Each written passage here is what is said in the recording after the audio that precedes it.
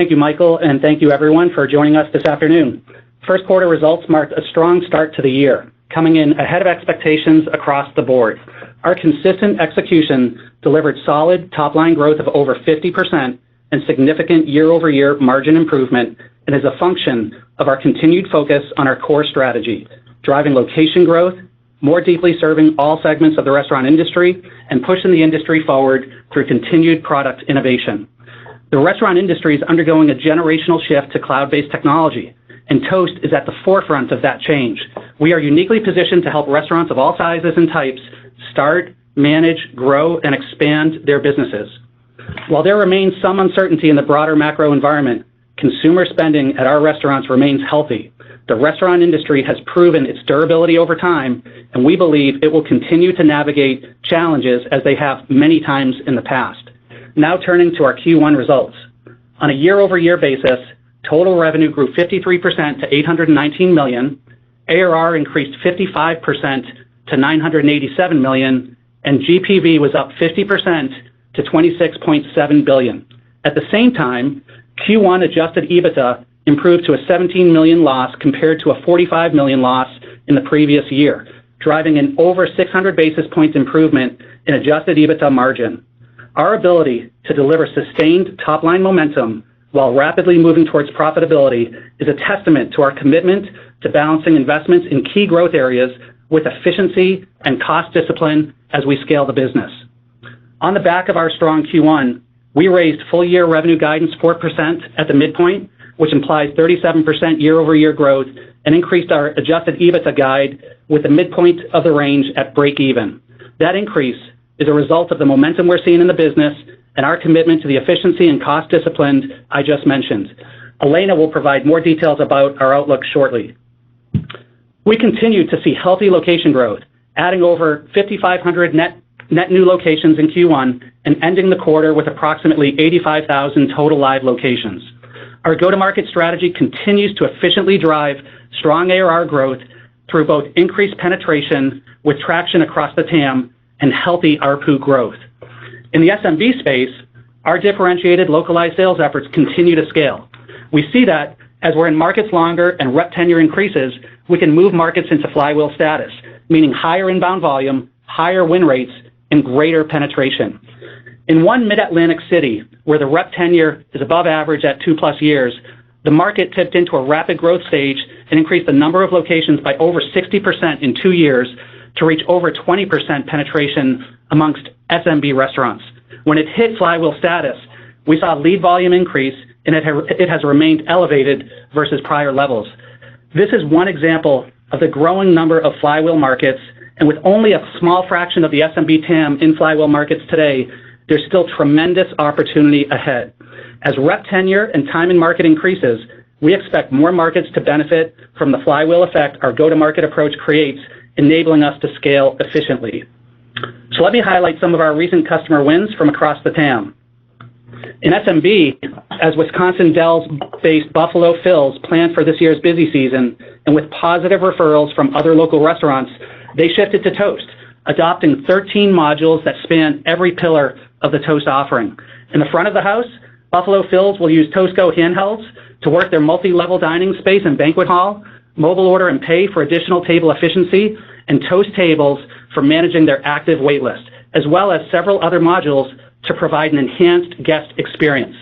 Back of house, our payroll and team management solution will streamline onboarding and scheduling with their sizable seasonal employee base.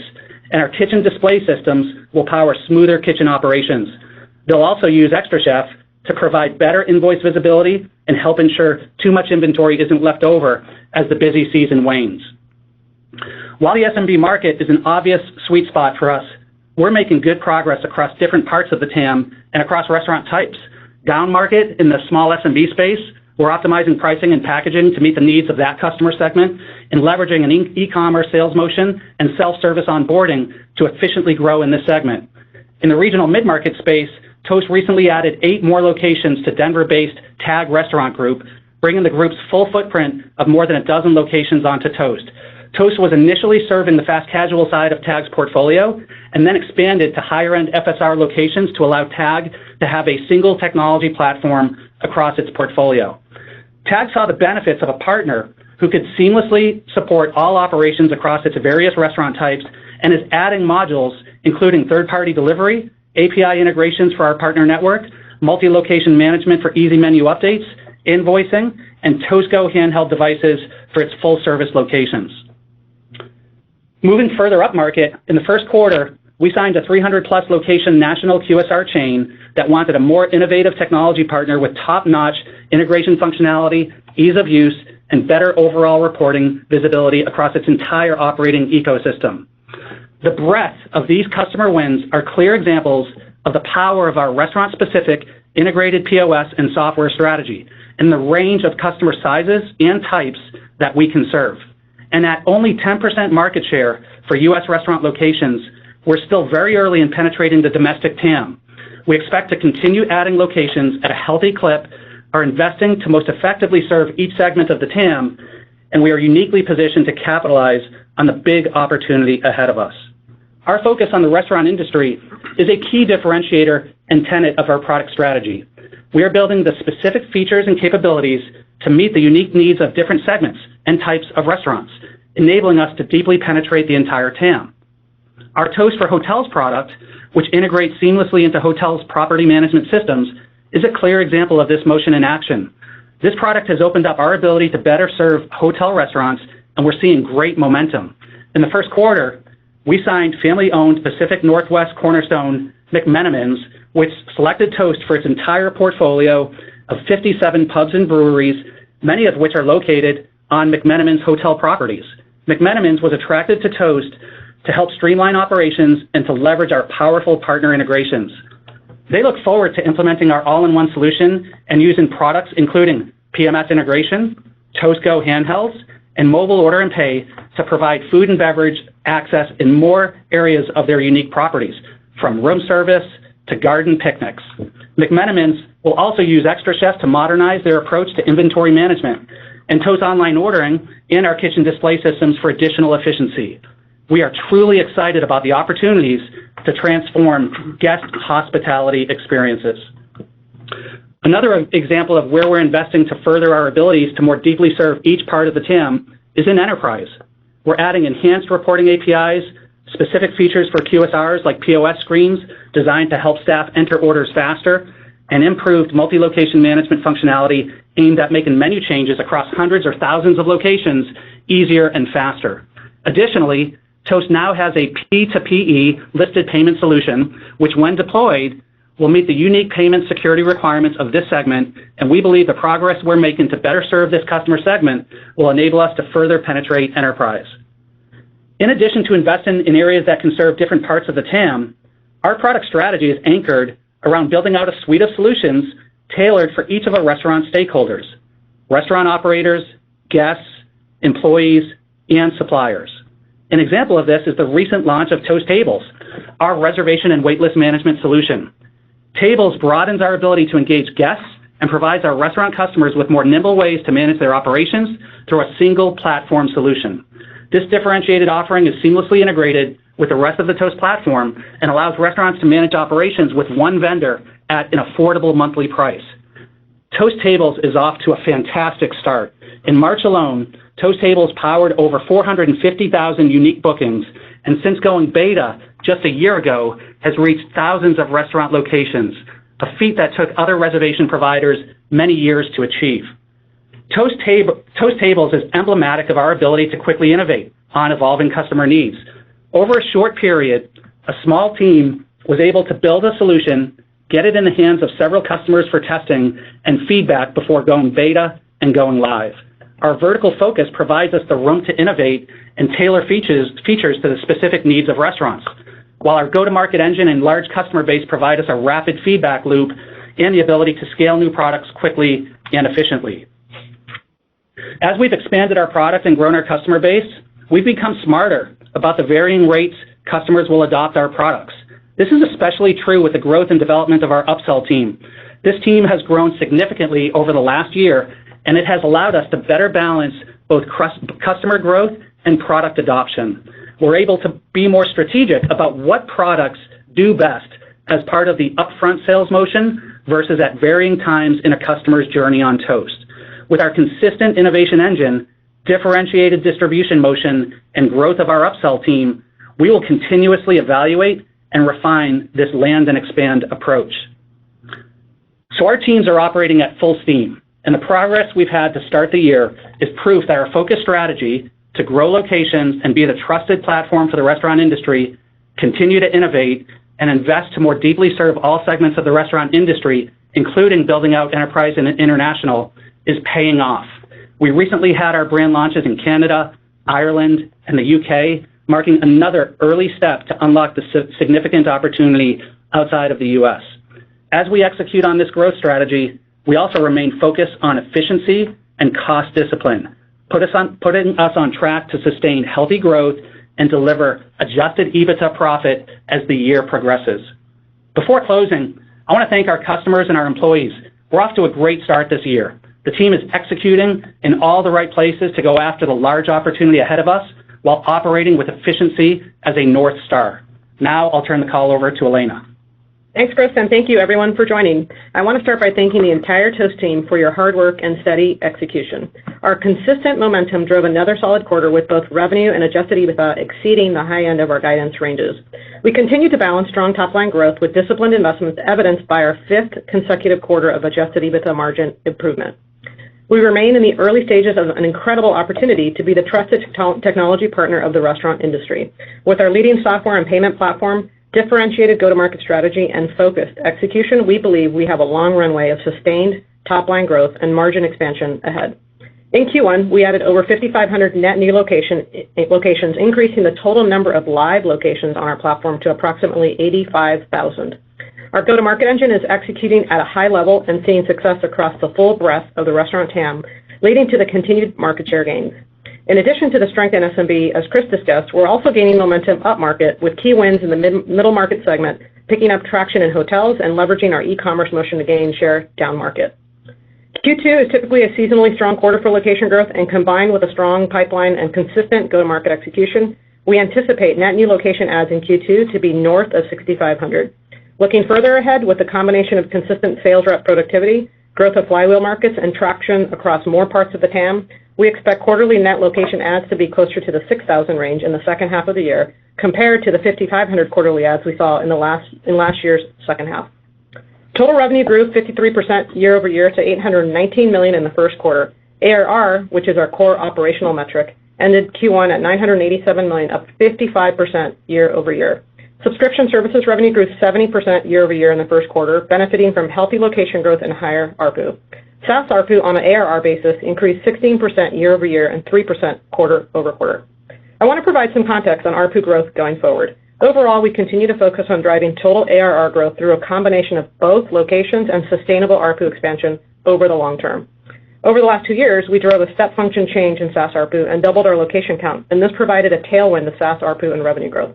Looking specifically at SaaS ARPU, it increased nearly 60% since the end of 2020, as we expanded from a point-of-sale offering to an integrated platform and shifted to selling the product on a platform basis.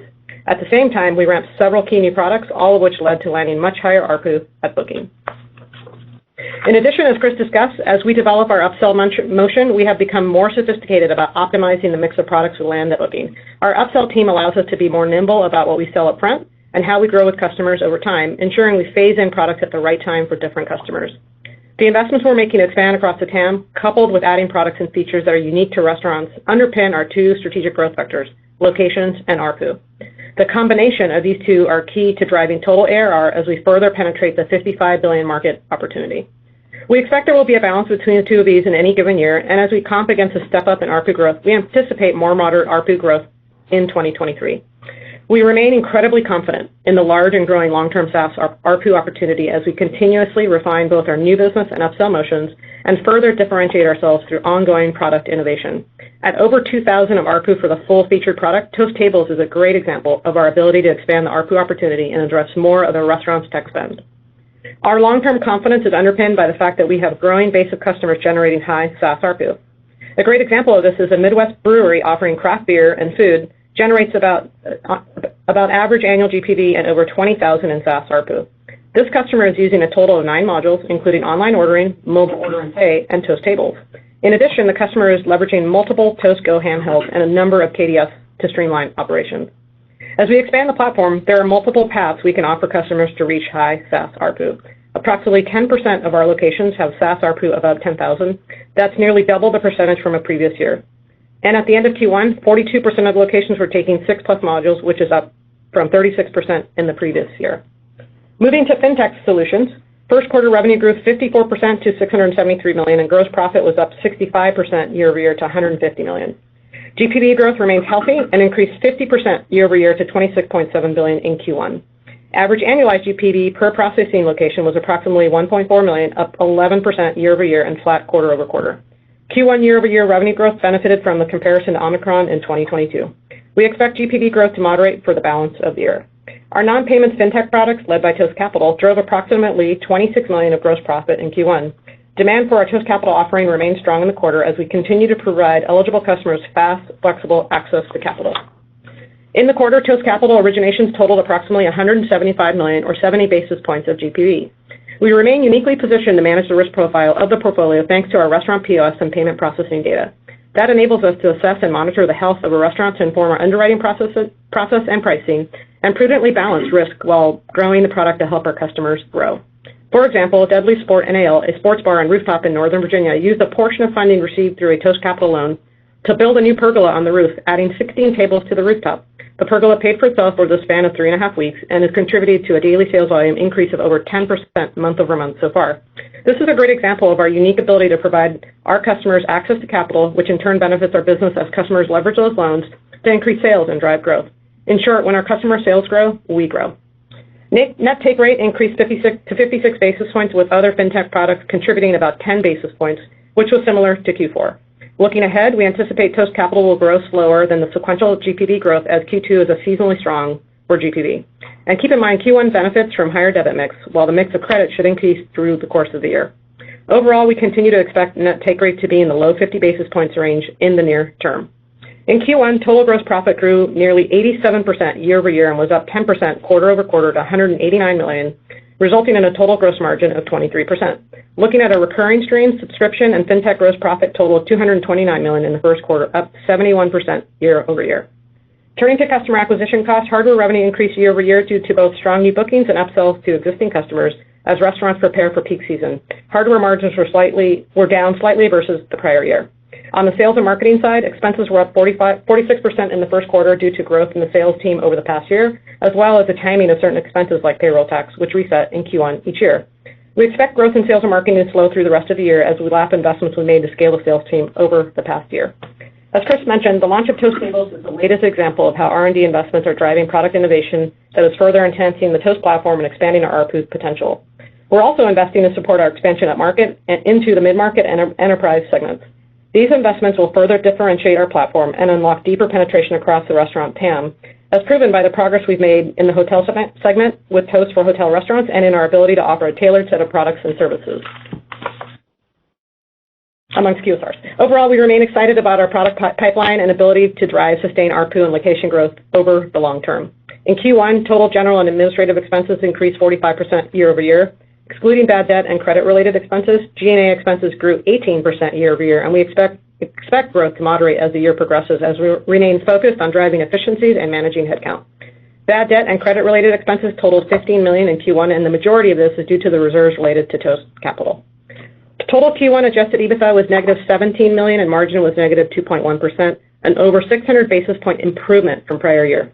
Excluding bad debt and credit-related expenses, total OPEX growth slowed to 35% year-over-year, and we expect that growth to moderate as the year progresses, as we focus on containing headcount growth to our most critical growth areas and driving efficiency across the business. Now let me turn to guidance. For the second quarter, we expect revenue to be in the range of $920 million to $950 million, representing 39% year-over-year growth at the midpoint. Adjusted EBITDA is expected to be in the range of negative $10 million to 0, representing over 150 basis points of sequential margin improvement at the midpoint.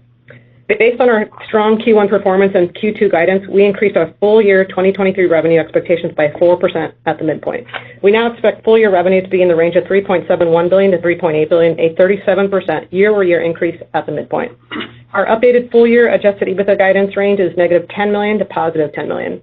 At the midpoint, this implies we will be break even for the full year and profitable for the second half of the year. We also expect free cash flow to turn positive as the year progresses. The increase in our adjusted EBITDA guidance is a function of both the momentum we're seeing in the business and our relentless focus on a scalable, lean cost structure. Across the business, we are balancing investments in the massive opportunities to be the technology backbone of the restaurant industry, while staying laser focused on operating efficiencies to drive share gains, durable growth, and consistent margin expansion. In closing, Q1 was a great start to the year, posting strong financial results and building on the momentum coming out of 2022. We're well positioned to drive sustained ARPU and location growth and create long-term shareholder value. Lastly, I want to thank all of our employees, customers, and partners for helping to support our continued success. Now I'll turn the call back over to the operator to start our Q&A. Thank you. At this time, I would like to remind everyone, in order to ask a question, press star, then the number 1 on your telephone keypad. As an additional parameter, please keep your questions to 1 question and 1 follow-up question. We'll pause here briefly as questions are registered. Our first question is from Josh Baer with Morgan Stanley. Your line is now open. Great. Thanks for the question and nice quarter. You're talking about momentum both in the mid-market, up-market, as well as down-market. So a couple questions there. How are you balancing product and go-to-market investments for those different segments? But then second, how should we think about the mix shift ahead and any potential impacts on GPV per location? Yeah, I can jump in, Josh. Good question. I think we're taking a real balanced approach. I mean, our core engine continues to hum at the next level. So when you look at the core SMB, we continue to be quite confident in that hyper-local go-to-market engine and how well it's performing. At the same time, we're encouraged about what we're seeing in mid-market and enterprise. So I think you're going to continue to see us expand our TAM, but just make sure that we're measured in how we go up market. We're seeing some good pull, but we continue to be a little bit measured in our progress up market. The unit economics look really good. But again, we, our core engine's humming. Up market, we're seeing good demand. And then I'd say down market, we want to make sure that we don't lose that section of TAM. So when you see us push out e-commerce and self-service onboarding, it's to make sure that the entirety of the restaurant TAM in the U.S. is addressable by Toast. At the end of the day, we think we're well positioned to now address the entirety of the TAM, given the expansion examples that we've shown you. Yeah, just to build on what Chris said, Josh, as well, we're going to always keep unit economics in mind. So we're going to come back to the payback period that we talk about, which is in the mid-teens, and that's how we're balancing those investments across the segments and pay particular attention to making sure that we always come back to that in a balanced way. Awesome. Thank you. Thank you, Josh. Our next question is from Rayna Kumar with UBS. Your line is now open. Good afternoon. Thanks for taking my question. Last quarter, you announced the acquisition of Delphi Display Systems. Could you talk about the integration and how that's progressing and if it's helping you win share up market? Yeah, I can take that. So the integration of Delphi is progressing on track. So we're excited about the team's progress. Ken and the team are doing a great job. As you'll recall, they were already a partner of Toast, so we were already collaborating quite a bit in the field. The acquisition of Delphi is part of the continued commitment that we've made to help QSRs of all sizes drive speed of service, unlock revenue, unlock drive-through, and become more efficient operations. So we're excited about this. It adds internal and external digital menu boards with order coordination within the Toast platform. So we're very excited about it. But we are seeing opportunities to increase the lead volume from Toast to Delphi. But I think it's important that it's still early in the integration process. And we're going to make sure that strategically we make all the right moves early so that it becomes a foundational component for our go-to-market across the QSR and enterprise space. But overall, we're happy with where it is. And, we look forward to reporting some wins to you in future quarters. Got it. And just a follow-up on international. Can you just give us an update on how your international expansion is going? And you've talked about investing roughly $10 to $20 million towards that segment of the market. Do you expect investments to further ramp up this year? Yeah, we're taking a very measured approach on international, but we're early in our investment there. But early traction has been really solid, I would say. It's not going to contribute meaningfully to revenue this year, but now we've got the foundation in place. We've done some brand awareness, which is what you guys saw over the last couple of months. And so now we're really focused on honing the go-to-market strategy and continuing, to build this awareness. And then, of course, build out the platform and on the product side.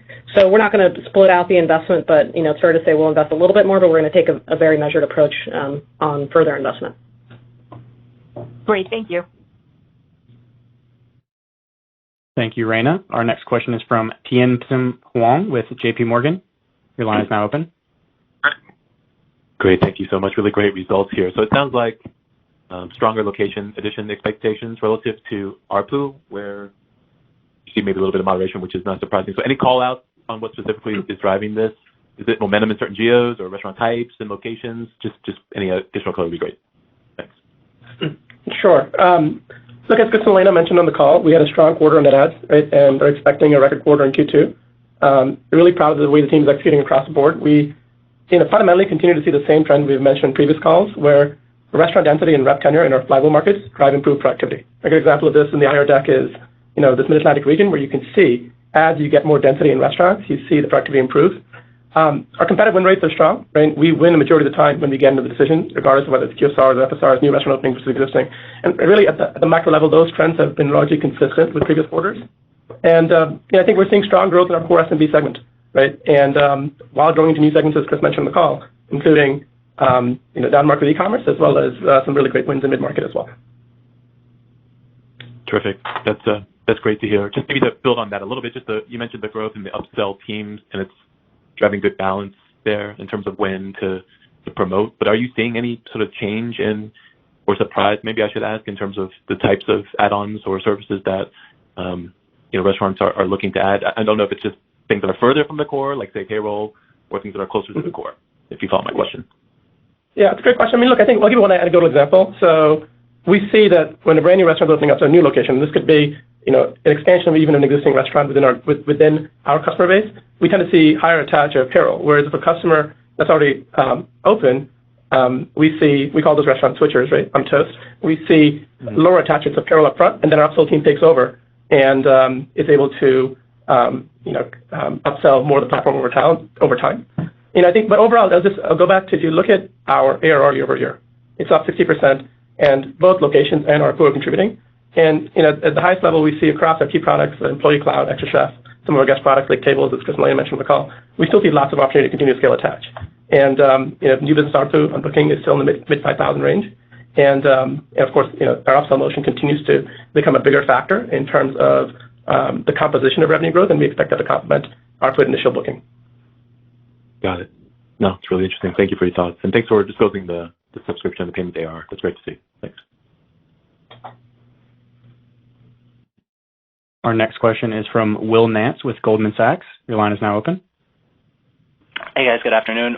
I wanted to maybe follow up on some of the flywheel markets that you guys have talked about. I think you mentioned a greater reliance on inbound channels in these markets. So I wonder if you provide any color on how customer acquisition costs vary between flywheel and non-flywheel markets. And then, looking forward, you mentioned, e-commerce and more self-service, kind of being a focus in the future. Maybe you could just talk about how you're thinking about the outlook for customer acquisition costs in more mature markets in a steady state, and maybe how that differs from, some of these markets when they're in more growth mode. Yeah, it's a good question. I mean, look, I think back to what I just shared, we continue to see that our strongest growth in our densest markets, right? So this is what we call flywheel markets. And basically, when you've got higher restaurant density, you've got higher rep tenure, you've got higher brand awareness. That's what drives greater productivity. So it's really, and we see this, by the way, in all of our markets as we're getting more and more market share. We're not seeing any impact in terms of productivity. In fact, we're seeing our strongest productivity in those markets. And we've got a good mix, whether it's urban markets, suburban markets, tier 1 cities, smaller cities, we're seeing a good mix of markets where we're seeing this effect. And so, of course, as you've got more markets where you've got stronger productivity, and a lot of that's also driven by stronger customer referrals, you expect to see better unit economics in those markets relative to the markets where we're investing and don't have the same level of rep productivity. And I think in terms of your question on e-commerce and mid-market, those are markets that are still a small portion of our overall customer base and even our overall growth rate. The most of our growth is still coming from our core SMB TAM. And in those segments, I think we are learning. But I think as Elena and Chris mentioned, we're very focused on unit economics across all of our segments. So even in the lower of the market, we're looking at things like self-service on purchase, self-service on onboarding, to make sure the unit economics of those customers are healthy, even if the ARPU is lower. Yeah, one way to think about it, Will, is to look at the entirety of the U.S. TAM and make sure that we're adapting our go-to-market motion, our onboarding motion, our self-service motion to support that subsegment of the U.S. TAM. And the conclusion is that the entirety of the U.S. TAM is now becoming more readily available to Toast. That's really the strategy behind that. because we don't want to look at the US TAM and say, well, geez, this section's unaddressable because we can't adapt the platform or adapt our motions. And what we're seeing is high confidence that we can adapt our motions and we can adapt the platform so that customers of all sizes and types can subscribe and onboard to Toast. So that's really where that's coming from. Got it. Appreciate the detail. And then maybe separate question, in the same vein of growing locations and expanding ARPU. On the payment side, there's been kind of a lot out there in the market on price increases, just in the acquiring space overall. I think some of your competitors are putting through some fairly large price increases. I guess, can you maybe talk about the desire to kind of pull that lever and keep pace with some of the market increases versus maybe marketing against it and using it for taking market share in the restaurant space? Yeah, that's a great question. Look, we're always optimizing pricing and packaging for new customers, and we've done, we're always optimizing. We've not done any wholesale pricing changes for our customer base. And I think one thing we're testing right now is a usage-based fee. This is on our digital ordering suite, and this is fairly common in the industry. We see this as a near-term opportunity for us, and you should expect to hear more from us on this in the future. But in terms of a wholesale price increase, that's not something we've done. Understood. Appreciate you taking the questions. Yeah. Thanks. Thank you, Will. Our next question is from Tim Chiodo with Credit Suisse. Your line is now open. Great. Thank you for taking the question. Strong locations guide that you gave for the next 3 quarters. I'm sure that transparency was appreciated. Can you talk a little bit about what you're expecting in terms of any changes at all or the composition across the 3 buckets of gross adds, meaning brand new restaurants, new locations added from your existing customers, and then, of course, the restaurants that are switching over to you from either a legacy or a competitor? Is there anything that you're seeing changing there? And then there's a follow-up on new business formation. Yeah. Look, I think, maybe I'll give you a little bit of a boring answer here, but the mix of NROs versus existing restaurants in our base is relatively even, right? There's not anything material that's changed here. One thing just to keep in mind is when we talk about new restaurant openings, some of that is expansion from existing customers. So as our base goes up, that can play a bigger role and contribute to our growth.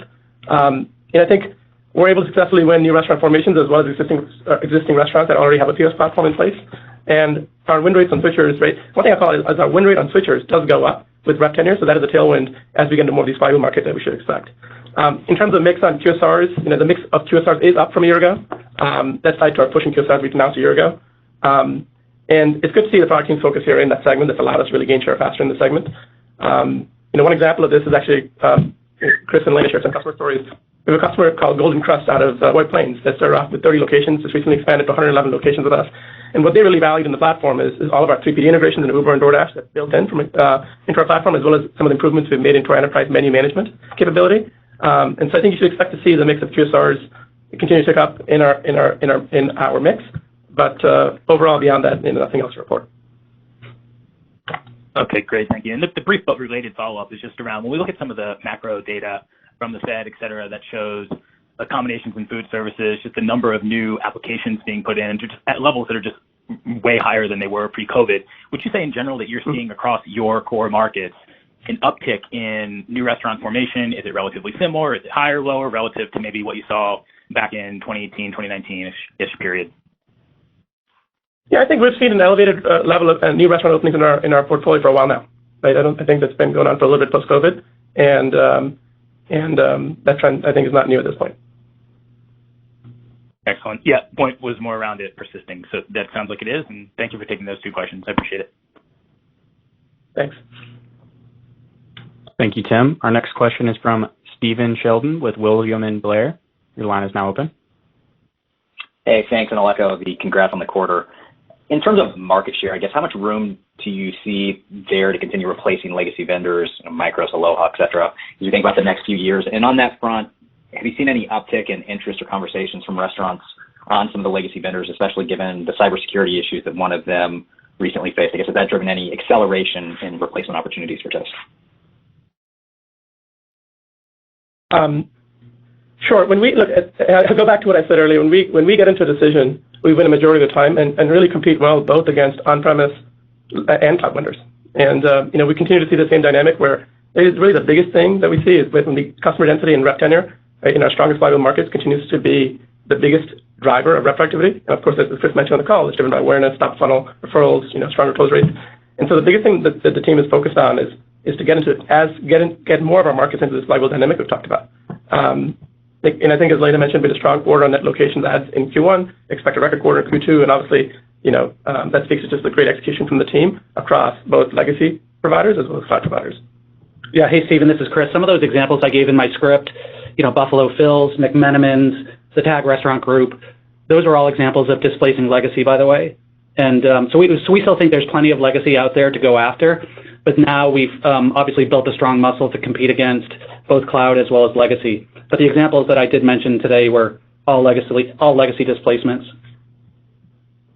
Perfect. That's really helpful. And just as we think about adjusted EBITDA over the rest of the year, it seems like you may hit a positive inflection point, potentially a little sooner than expected. So just curious if, relative to what you guided to last quarter, has investment spending plans, have those changed at all, or is it really just about stronger top-line trends, continued efficiency, and you're still planning more or less the same amount of spend on all the different growth initiatives that you I guess, have underway?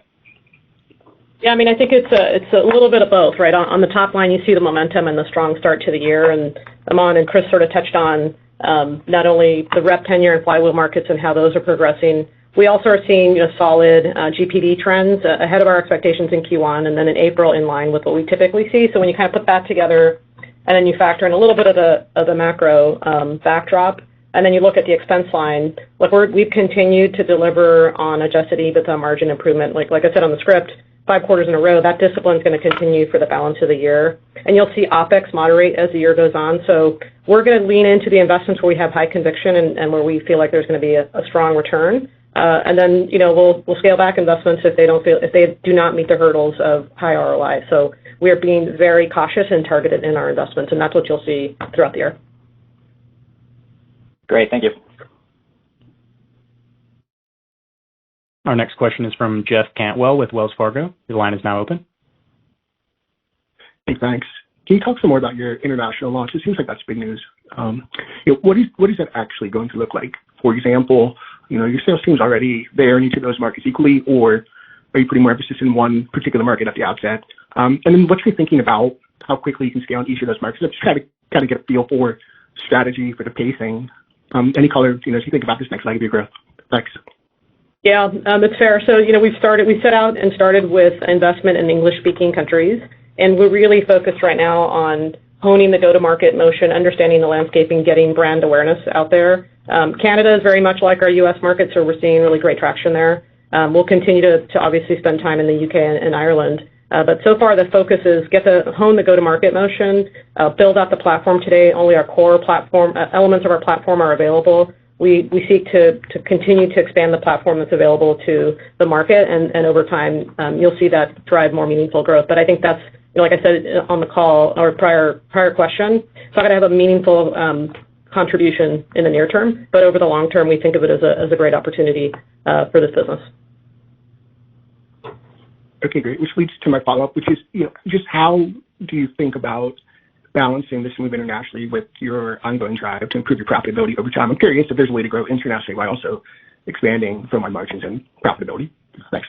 Yeah, I mean, I think the one thing is that relative to our total investment in the business, it's not material. That said, like I said earlier, we're really focused on making sure before we continue to invest, we sort of see proven results. And we're early in that journey. I think towards the back half of the year, we'll have a better feel for that. But so far, we're really encouraged by what we're seeing. The demand is, healthy.